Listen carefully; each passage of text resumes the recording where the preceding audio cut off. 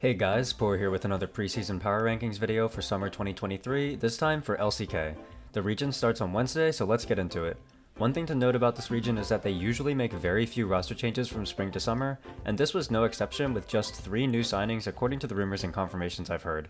In 10th, I've got Nongshim, who placed 10th in regular season. They made one change, assigning Quad to mid lane. For those who follow most of my videos, you might recognize Quad from my Every League Champion's Most Iconic Player video, as he was my final pick for the Cassiopeia spot.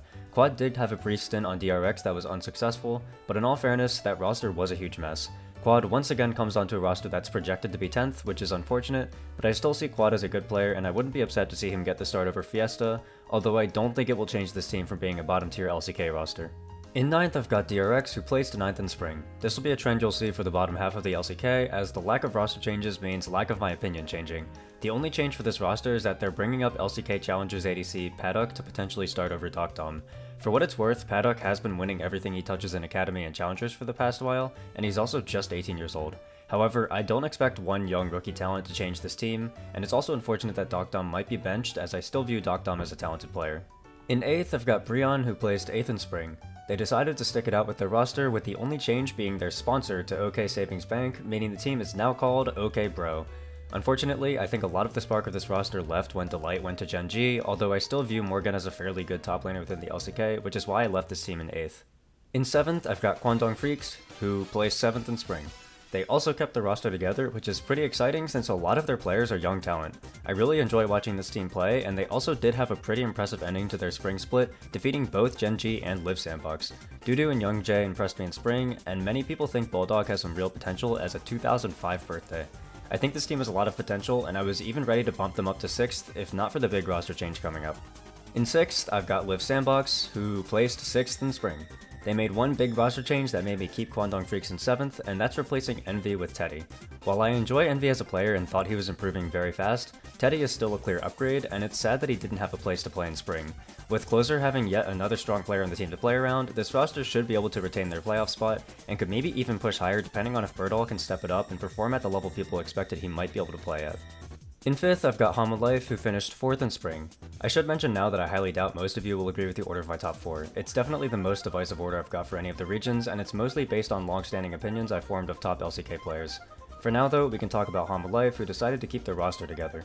While Zeka and Kingen stepped up at Worlds, they have somewhat reverted back to their domestic form in LCK, with Kingen being a lower tier top laner and Zeka being a mid-tier mid laner. They once again showed their potential in playoffs, but I don't know what to expect from them. What I can expect is for Clid to likely perform poorly again, as he was a major thorn for this team for most of spring. Viper is of course Viper, one of the best to ever do it, so I don't doubt that he'll perform, but I think it's hard to crack the top of the LCK unless all 5 players show up. In 4th, I've got Gen G, who finished 1st in spring. If the light is there watching right now, I apologize for failing you and the 5 goats of LoL. Unfortunately, I don't find myself confident in this roster. They performed well in spring playoffs of course, but they looked like a 3rd place team in spring regular season, lost to T1 at MSI, and overall just have a roster that I'm losing faith in. I think it's safe to say that Doran cannot consistently compete with the best top laners in LCK at this point, and I also think that Peanut is declining. Chovy, Pays, and Delight are all still strong players who fit the bill for a top LCK team, and Peanut can still perform his role on utility champions as well, but I just don't see this 5-man unit being able to repeat their dominance. In 3rd, I've got D plus Kia, who finished 5th in spring. It makes little sense for me to put a team who lost to HLE in playoffs in front of a team who literally won the entire league. However, I can't help but think this roster is still full of monsters. Canyon probably had his worst split ever in spring, but I don't think he's the type of player to underperform twice, especially since he was arguably the best jungler in the world from 2020 all the way to 2022. This roster has Canyon, Showmaker, and Deft on it. I would be shocked if they don't perform in summer. Kana and Kellen aren't bad themselves, with Kana having strong potential and Kellen being a top half support in LCK consistently. Maybe I'm just too much of a Canyon fanboy, but I like this roster and I think they have the pieces to go far. In 2nd, I've got T1, who finished 2nd in spring. If I was trying to be super objective and let the full analyst take over me, T1 would be 1st on this list. They kept their entire roster together, 4 of the 5 members are young and have potential to be even better, and they went undefeated in one split and 17-1 in another split, made World Finals together, and all of these reasons why they should be 1st. However, I try to stick with the idea that one series doesn't decide who the better team is. We can see an example of this literally with T1 and Gen G, as T1 won their first best of 5, then Gen G got revenge in finals, and then T1 got revenge again at MSI. Same logic here, as heading into LCK playoffs of spring 2023, I thought KT was the best team in LCK. I'm going to be stubborn and stick with it for summer. So in 1st, I've got KT, who finished 3rd in spring. With the exception of T1, I think this is the only other roster in LCK with 5 strong top tier players on it.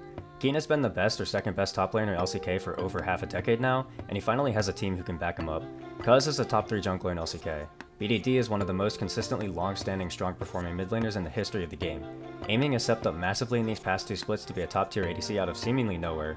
Lehens is still holding the second spot for support in my opinion. A lot of people criticized KT for inconsistency in spring, but I think this is a complete myth. They dropped a series to Kwangdong Freaks in week 3, and a series to a super hot round 1 Robin Live Sandbox in week 2.